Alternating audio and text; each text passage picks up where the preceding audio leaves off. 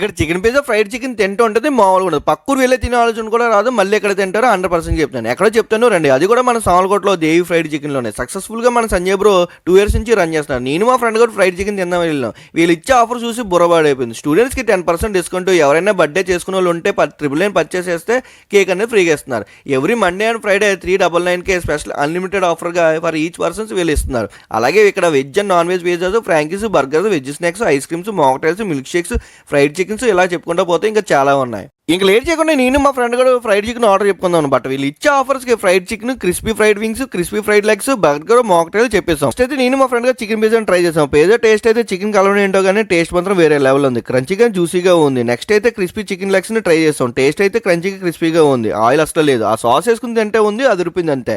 Final గా crispy chicken burger ని try చేసాం. టేస్ట్ అయితే బాగుంది.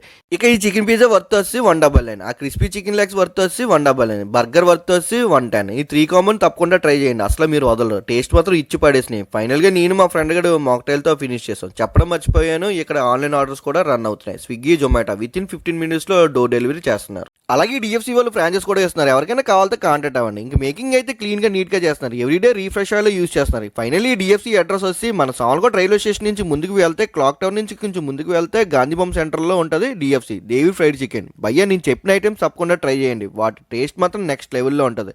ట్రై చేసి కామెంట్ చేయడం మాత్రం మర్చిపోకండి. That's it for today. For more videos subscribe my channel. This is Raj signing off.